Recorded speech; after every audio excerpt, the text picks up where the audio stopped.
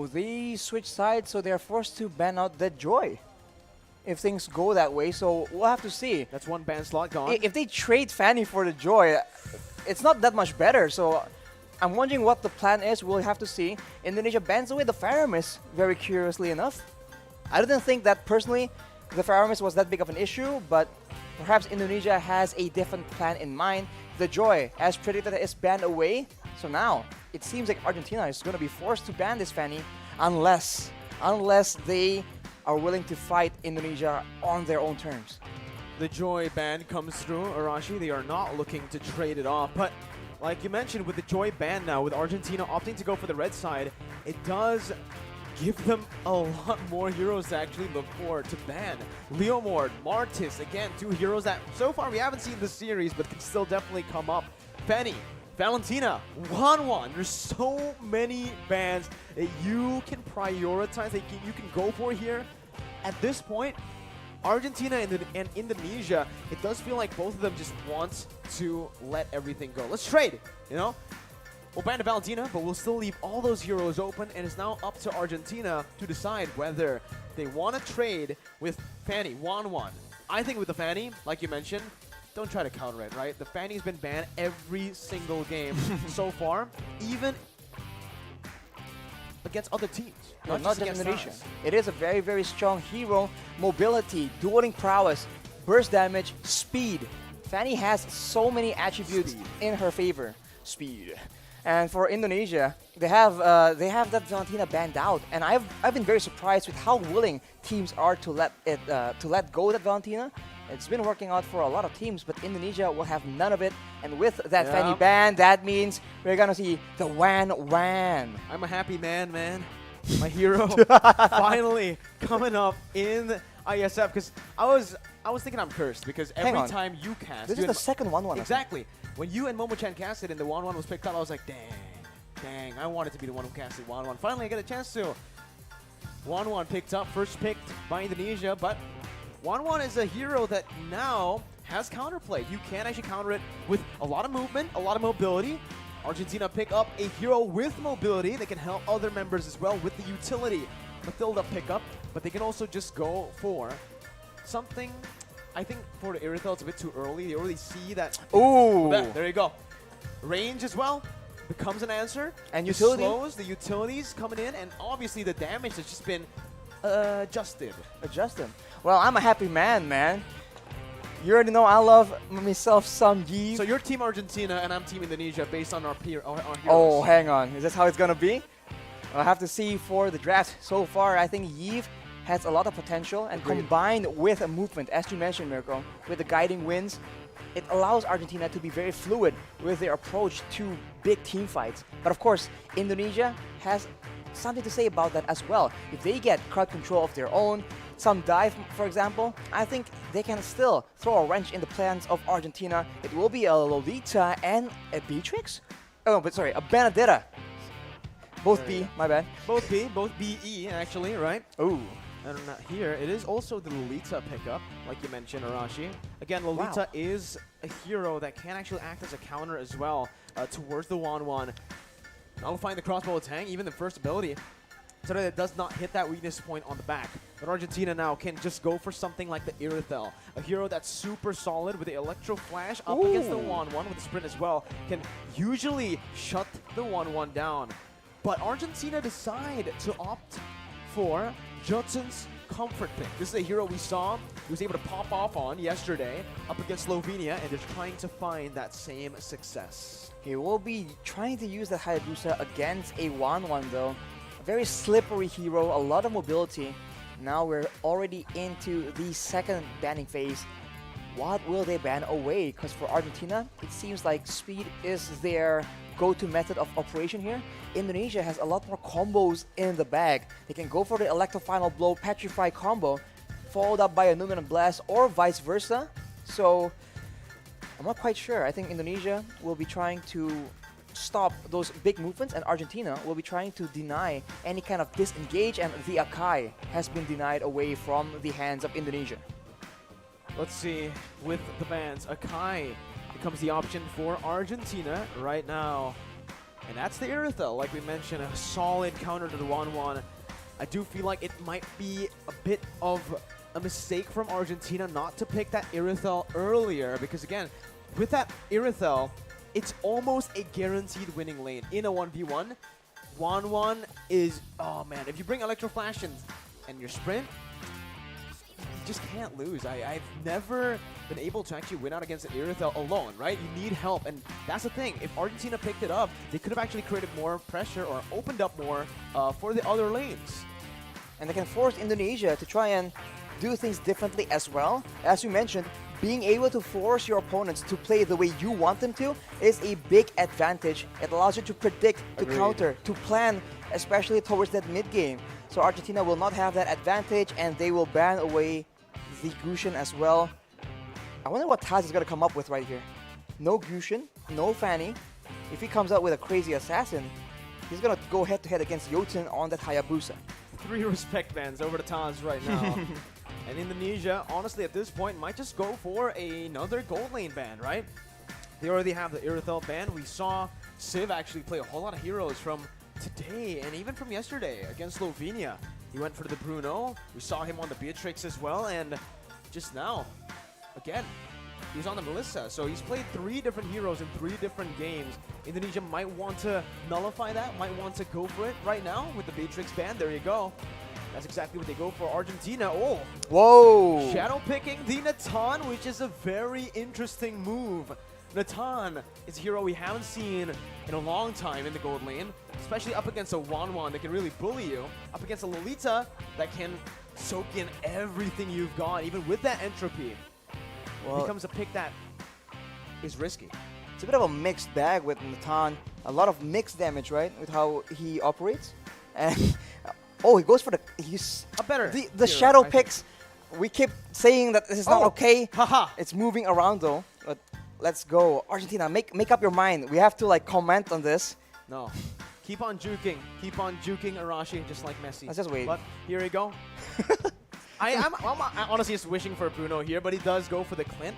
If it's not the Irithel, another hero that does extremely well in lane up against the 1-1, it's that Clint, right? With the superior range and obviously the CC as well. Technically, the route that he has in his arsenal, it's just so good to go up against the 1-1 early on. But as we all know, Clint is very easy to pick off, and Indonesia are trying to punish that, hovering over that Selena to put some more kill pressure down. Remember, in 1v1, Clint wins, but it's never 1v1 in the gold lane anymore. Exactly. And now with a Lolita, it's a very oppressive hero in the early game because you're actually tanky, but you're deceptively, you have a deceptive amount of damage. It doesn't seem like it's going to be a lot, but it is a lot. And yikes, it's going to be the Yutsong and the Lilia. So is this a jungle Benedetta? It is a jungle, unless they pull off a jungle Yudzong. We saw it once before, not by Taz. Phoveus is the attempt to counter from Argentina, but as we've mentioned before, I think, Phoveus isn't a hard counter for a 1-1. It can be a problem, especially if Phoveus is doing well, but otherwise, a 1-1 can absolutely outplay around that demonic force. Both heroes that Argentina are trying to counter with the Phoveus, 1-1 and Benedetta, have counterplay to the Phoveus, right? The Benedetta can just time the dashes with the demonic force, and same for the 1-1. It's the same case, and I think right now as we enter the Land of Dawn, we might see an interesting battle spell come out from Phoveus. I was expecting a Vengeance. Because usually you need to go for that Vengeance if you are up against a 1-1 on the Phoveus in a losing lane like this. But it is not the Benedetta that he's up against, right? It is the Yudzong. Exactly. Well, Yudzong is also a very oppressive hero in the laning phase, so we'll have to see that can Papadoc actually get an advantage, and if he does have an advantage, right, it's still up to the rest of the team to enable, to try and catch out the players before the Phoveus in the hands of Papadoc can actually make those crazy plays. So far though, it is a slow laning phase, and it will all depend on, I think, the jungler. So far we've seen that both these teams like taking it easy all the way to minute number 4, but in this game, a bit more scrapping going on. Let's see, right now, Indonesia early on, already 1-1 actually. Playing out of the lane up against Clint right now, and Franz is actually able to get out. Wait! in the XP lane, it's a solo, no, it's a gank. It's a gank. There, 2v1, Erwin taken very low. That's the Inspire popped in. Brands looking for that kill onto Erwin. Will not be able to find it, but it's a lot of damage, and that pressure has been alleviated off the other members. Dreams gets caught. That's going to be the shadow kill to pick up another 1-for-1. This time, Argentina with their comfort picks are doing better. Argentina strikes back in the early game. Again, you can't take this team lightly. They are a serious contender in the tournament right now. Indonesia, they need to be a bit more careful because if they let Yutun start snowballing, that can't be good for them as well. These squishier laners are going to be quite vulnerable, but I guess Brands will be the one that will be feeling the bulk of that aggression. Indonesia, though, already first onto the neutral objective now. Picks it up. No contest from Argentina, as Jotun doesn't have that purple buff. Without the purple buff, Hayabusa is going to find it very difficult to contest or even to gank. So for Argentina, it does feel like their win condition is solely on getting the picks early on. They can't really go for the neutral objective control. Dreams there with a cheeky invade, looking for that steal. But Taz on this Demon Slayer Benedetta. I wonder if he's going to go damage or tank. I think damage must be the way to go. He has that Demon Slayer emblem, so it's a interesting hero. Able to be built quite a few different ways, hybrid, tank, full damage. But right now, we keep talking about the lane management in game number 1. In game number 2 here, I think it's no different. Indonesia has so many wave clear tools to actually work around with. Psychots, Taz, as well as Hijime can all do that, but look at that aggression coming in, and they're not done yet. Jotun able to maneuver himself out of that position, but now he's going to get caught in the stun. Doesn't have the shadow kill to play with here. The guy as well, but a Luminal Blast forces Erwin to pop that circling eagle, leaving Jotun behind for Indonesia to take. Erwin trying to dish out damage back, but again, it's Indonesia that it really feels like Indonesia has Argentina's number in the rotation game. You can see how they can just have such a good read on Argentina because Dreams, he charged the Luminant Blast preemptively towards the top side, so they are a few steps ahead in these very messy skirmish engagements. And I think Taz is waiting. He's trying to try and steal that purple buff. Does he have backup though? That's the main question. He's all alone here. He's still looking for that retribution battle, but decides to back off. Using Eye for an Eye to get out of the circling eagle. Meanwhile, in the XP lane, Hijime and Psychots finds a kill. That's the second kill over to Papa Dog, who's not having a blast on this Phobius in that XP lane, Arashi. We mentioned it, up against the Yuzong. It's going to be really difficult to lane, especially with the ganks that's constantly just being placed by Indonesia. Not only are they having a Phobius fall behind, they're having Psychots on the Yuzong, just absolutely wrecking it in that EXP lane. That can't be good as the Indonesians are pushing the aggression, and look at that. Real world manipulation popped in. Jotun looking for an opening as Hijime jumps back to the black shoes, but it's going to be caught by Jotun, who was very patiently waiting.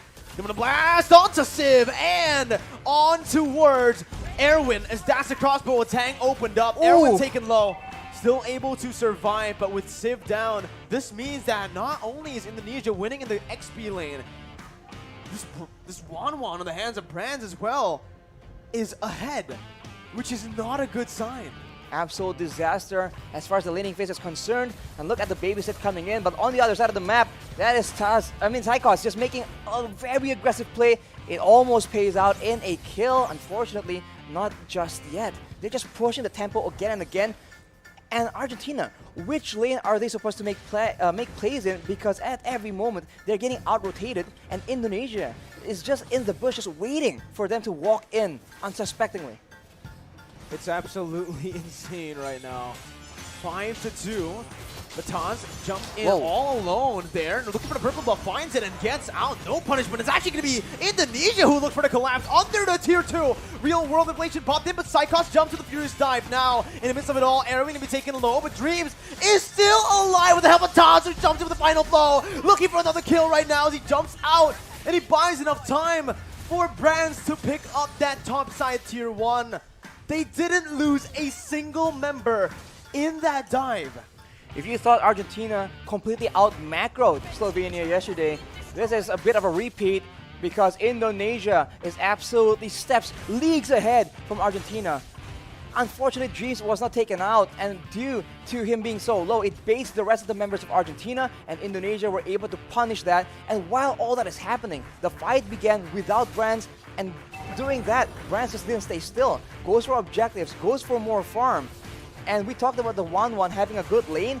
Brands is having an amazing lane, and in the late game, that cannot be good for the side of Argentina. 6th minute, 4-man dive, 4v5, Arashi. That's what made it super impressive. It wasn't a 5v5, it was a 4v5, and they still got out with the better trade. They still were able to take that purple buff unpunished. They were the ones actually punishing Argentina for stepping into their own jungle. They are treading the line so carefully. I mean, at any moment, any small misplay can lead to disaster in these very risky plays, but Indonesia is making it happen. That just shows, again, their skill and their class, and right now they are in the sides, in the wings, waiting for an opportunity. Side cuts always being so crafty in the positioning game, but look at that. Jotun has the quad shadow, gets out, but it's going to be chunked by Hijume, who follows him under the turret with the black shoes, gets out. Real world inflation popped in, but that's going to be Tatu, who targets him down with the final blow. Forcing the flicker out, Dreams taken down in the back lines by Papa Dog as he jumps into the demonic force. Hijume falls as well. Indonesia, too over aggressive, finally punished here by Argentina, but Brands is looking for the crossbow tank. Pops in the end against Papa Dog, who gets the safety with the guiding wind. Taz still looking for his Psychos with the Black Dragon form now, still going for this fight. It's a 3v5, but Indonesia still are able to push Argentina back, but it does not change the fact that Argentina were able to find another 2 kills. They get another 2 kills, but we talk about the wave pressure again and again. You guys at home are probably so bored of hearing about it, but the bottom side, the minions have taken 1 more turret for Indonesia.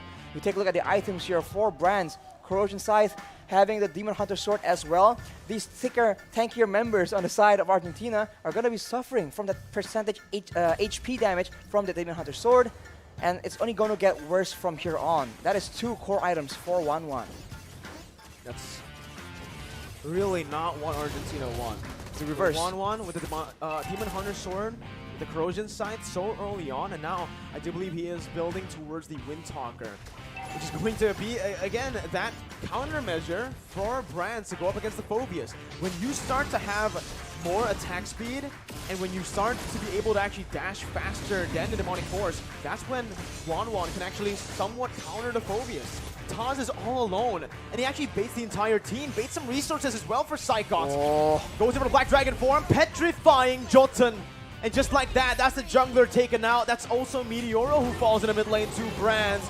Papa Dog isolated, zone away from the rest of his team as he'll be stunned up and he will be slain up in the top side. Look at Brands. 3-0. Brands pushing in the mid lane without a care. He is alone. He is staring 2 members of Argentina in the face. It doesn't matter. He is so ahead right now. He has that confidence, the mechanical skill. And look at that. He's behind the turret. That is, you're not supposed to do that as a marksman, but Brands doesn't care, I guess, as Indonesia wrestles away the control in the jungle from Argentina. But look at that right now. They're just sieging the base as much as possible, and the base turret passive has popped. I can speak based on experience that on the 1-1, if you're snowballed, you can do whatever you want. Yeah. So we'll see once again. Psychots wants to do whatever he wants as well with the Black Dragon form, just penetrating into that base, zoning 4 members away from the base turret. As Brands and Hijume just sieges it down. Taz now lower blade has the Numenal Blast cancelled out, but he flickers forward, getting the damage and the stun onto Meteoro, who's forced to flicker back out again. Taz now under the turret range, forced to back away. Shadow Kill popped in, won't be able to find enough damage to take anyone down. That's another resource, the real world manipulation by Meteoro to defend.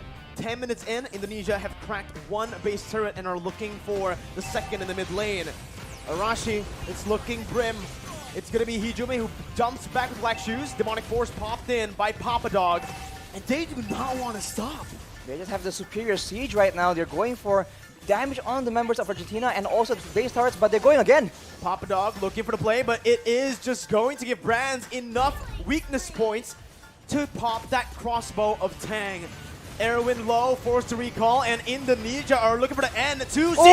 Psychos jumps in again with that signature Petrify on 3. Finds a double before they end the game 2-0. Indonesia will meet up against Cambodia in the upper bracket finals. What a performance, man. And multiple members from Indonesia, they have their signature heroes, and I think teams need to start taking notice. It is just so dangerous. We saw Taz